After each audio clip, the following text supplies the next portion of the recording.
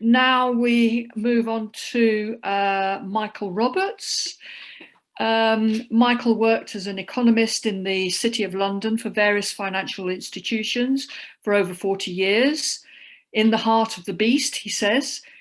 He's written several books, including The Great Recession, A Marxist View, The Long Depression, World in Crisis, Marx 200 and Engels 200. That was his latest volume. He's joint author with G Carchedi of a forthcoming book, maybe it's out already, to be published by Pluto Press, Capitalism in the 21st Century Through the Prism of Value. He actually produces a regular blog commenting on the capitalist crisis and important economic developments. And if you don't read it, you should become a follower because it's extremely informative. So over to you, Michael. Well, thank you very much, Jenny. I know we haven't got much time, us participants, in this review, and there are so many things to cover in this book that I'm not going to be able to do that. I hope to put something down in writing later on in the next few weeks to review the book and give it the promotion it deserves. Let me start by saying I think Alberto and Elias have come forward with a very ambitious and profound attempt to reanalyze the nature of the economies that carry through the overthrow of capitalist states. There's not many of them, and so we need to understand what happened in those and what has happened since capitalism and the state controlling on behalf of capitalism was removed in countries like the Soviet Union, China, and Vietnam, Laos, and others that have been mentioned already, and also Cuba that has not been mentioned so far. And I agree with the general strand of the book, which is that China is not a capitalist economy in the sense that the capitalist class does not control the state. It doesn't dominate the economy, although it's a very sizable section of the economy, as has already been explained by other reviewers. But the dominant controlling sector of the economy remains the state and the public sector in general, and also the ability to plan, at least at a macro level, the way in which the economy is to be structured in terms of investment and dealing with the crises that can come up. And we can see that as a result. I don't need to repeat this too much to remind you that China avoided a slump in the Great Recession of 2008-9. In fact, it's avoided all the slumps that capitalism has had since the 1950, and there has been, I can't remember how many now, but at least a dozen, and getting worse on each occasion. So on anybody who starts from the point of view of saying, well, capitalism is just operating in China just like any other country, as John Ross has pointed out, is really talking nonsense. They've not looked at the evidence. But having said that, I have to ask myself whether this socialist-oriented economy, if you to use the author's terms, is sufficiently explained in the book, particularly those aspects of the which I think are rather important, namely the role of law of value in China and other countries, and that relates to the theory of Marxist theory of value, and also the nature of the transition that's taking place in China, in particularly in relation to what I think is perhaps missing from the book, which I'll come to in a moment, is the serious contradictions which Peng has outlined to some extent that exist in China and other economies like that at the moment. So let me just deal with a theoretical one for viewers, which hasn't been discussed in the book, and it's in the book. There is quite a long discussion of the theory of value and the labor theory of value in the book as Marx developed it. And actually the authors reach a conclusion, as far as I can follow, they can correct me if I'm wrong, that they actually think Marx didn't quite get the theory of value right. And they prefer the interpretation or the explanation of value theory provided by the neo-Ricardian Piero Sraffa. And they accept the view that Marx had errors in his understanding of the process of value and how it operated in a commodity market economy. And as a result, we need a weaker, to use their phrase, I think, acceptance of the labor theory of value, where surplus is what matters, not surplus value. Now, it seems to me if we move in that direction, we're allowing a merger between the basic mode of production under capitalism, which is production for surplus value and the accumulation of profit by private accumulation, and it's surplus value that is the criteria under capitalism, which drives the capitalist production. If we're now just going to talk about surplus, as the authors point out, all economies develop surpluses. The question is how they're controlled, operated, and appropriated.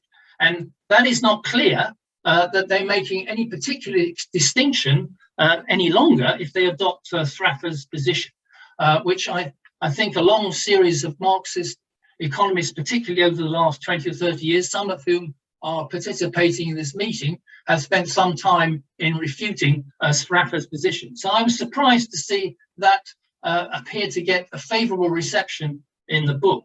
And I think you might say to viewers, well, who cares whether they think Thraffer's right or Marx is right? Well, I think it does matter because it relates also to the nature of the transition from capitalism to socialism, which the authors also deal with and outline. And if you, I think, look at the book, I seem to think that basically they think that Marx also made mistakes and has got an incorrect view about the transition towards socialism and communism. I think at one point they refer to the two stages that Marx talks about for communism, the lower stage and the higher stage, or for Lenin's interpretation, the socialist stage and the communist stage. Marx talks about a lower and higher stage of communism, so does Engels, while Lenin talks about socialism being the same as the lower stage. Now they're saying, I think, that communism is like a far-off dream, and that in the meantime we have to concentrate on moving towards socialism. But if we read the Kotter program carefully and what Marx's view is, you may disagree with Marx, but he seems to be saying that both socialism and communism, or both the lower stage of communism and the higher stage of communism, imply the end of commodity production. Commodity production no longer operates under socialism. A state has begun to disappear. Commodity production is no longer not only dominant, but has become a minority and is gradually disappearing and should disappear if the process of transition towards socialism is taking place. Now, that clearly is not the case in China or these other countries. Quite the reverse. Commodity production is a sizable proportion of the operation of what's going on in China. So we have to ask ourselves, is the process of going towards socialism fully justified by the argument that actually socialism can include commodity production, which is what our authors, Elias and Gabriele, are offering to us. They're saying basically it's market socialism. By that may mean, yes, the state's in control or dominant, but commodity production operates, and commodity production will continue to operate under socialism. It's going to be a form of market socialism. As far as I'm concerned, that's certainly would, I believe, be an anathema to Marx and Engels. They did not consider you could have market socialism. And also, it leaves out perhaps one of the most important things, which is the nature of the contradiction that raises between commodity production under capitalism and a planned economy with social control and ownership by the people as a whole. I'm reminded of what Che Guevara said when a lot of people in Cuba raised the question of market socialism as the way forward. He said, the law of value and planning are two terms linked by a contradiction. It's a Trojan horse of socialism to talk about the law of value operating in socialism in the form of a market socialism, because in such a hybrid system, if it was to exist for any length of time with capitalist elements, it provokes a contradiction which can only eventually be resolved in favor of capital. And that seems to me the danger that we have with all the economies supposedly transitioning towards socialism when the capitalist sector is so strong. And what we would be expecting in the transition to socialism is that the market sector of the economy would begin to shrivel, and that we would see an expansion of the planned socially owned sector where everything is produced through direct production and not through commodity exchange. And we could hardly describe China as being in that position. And that brings me to the other worry I have about the book, that there is no discussion of the contradiction which exists between those two modes of production that exist in China or elsewhere. It's as though the capitalist mode of production can be incorporated into the so-called socialist mode of production in a complementary and harmonious way. when I consider that against, say, the Marxist economist Preobrazhensky, when he looked at the question of the Soviet Union and the primitive socialist accumulation, Preobrazhensky's work on the development of the Soviet economy was precisely to oppose the contradiction between the development of commodity production, the private sector and capitalism, and the development of the plan and the socialist sector. And these two were in contradiction. And he discussed how that could possibly develop over the whole period. By the way, as far as I could tell, I looked at the index, Preobrazhensky is not mentioned at all in the book, which suggests to me again that there's a lack of recognition that there is a serious contradiction between the capitalist sector in China and the state-run sector as well.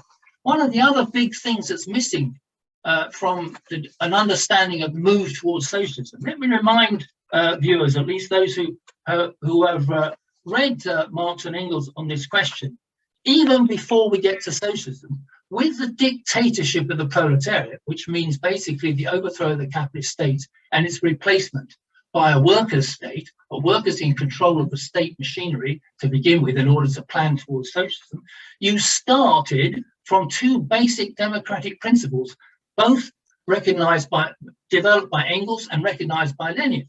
The right of recall of all the officials, without the whole had to be elected and recalled, and no official to earn more than 4 times the average wage of the worker. That was the attempt to keep control of the state machine in the hands of the workers and to allow the development of workers' democracy as a way of taking forward the transition to socialism. Do those criteria apply to any of the transitional economies mentioned in the book? Are those two criteria of workers' democracy mentioned in the book?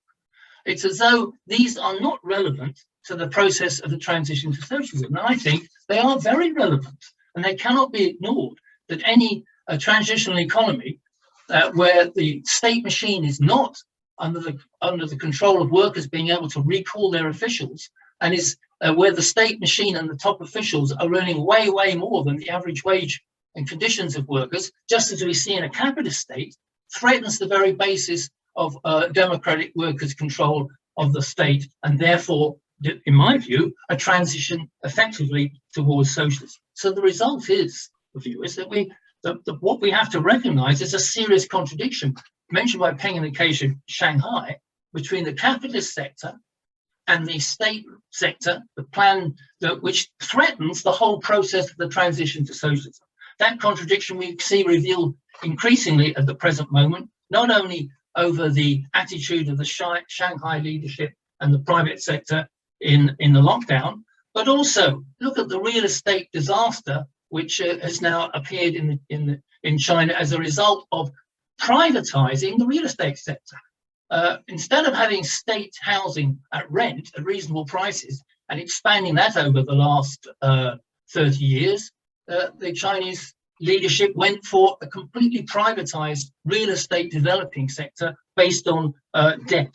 And as a result, we now have serious inequalities in China. The inequality of income in China and the inequality of wealth in China cannot be described as socialist or moving towards socialist. Far from inequalities declining and narrowing and converging, it's not taking place. Yes, 850 million people have been taken out of destitute poverty over the last 40 years. It is a demonstration of the power of the state sector, the planning mechanism, and the opposition to the capitalist mode of production. But the capitalist mode of production operates seriously in China, and as a result, the inequalities exist not only between urban and rural workers, but also between billionaires and the average worker in the cities as well. And we have a huge range of these various billionaires and private venture capitalists who continue to operate in China. It seems to me, as Che Guevara puts it, we have a Trojan horse for the transition to socialism as a result. And that's something the book seems to ignore, in my view, implying that there is a sort of harmonious equilibrium that we can achieve with this new social economic formation, with commodity production and the law of value and state planning for an indefinite future. I don't think we do have an indefinite future of harmonious connection between the two. And that we have to be aware of. There's a serious risk of reversal of all the gains that China has made, that the Soviet Union also made. I think they did make gains. I agree with John Ross that not by the 60s and 70s, they're unable to progress any further. Well, we cannot deny the tremendous gains made by the state sector and planning in the period after the revolution of 1917. But it was reversed in the Soviet Union. We went back to shock austerity, back to capitalism. Look what we have now, Putin's capitalist Russia. There is a danger that that could happen as well in the case of China, unless we recognize that there is a serious contradiction developed between the law of value, planning mechanism, and workers' control and democracy. And although the book makes a brave and wonderful attempt to explain how China has been and how it's developed in this new social economic formation, what I think it seriously lacks is a recognition of that contradiction and the recognition of the risk of reversal. I'm Michael Hudson. I'm appearing here for the International Manifesto Group. If you like this video and ones like it, please subscribe. For more information, go to the address on the screen.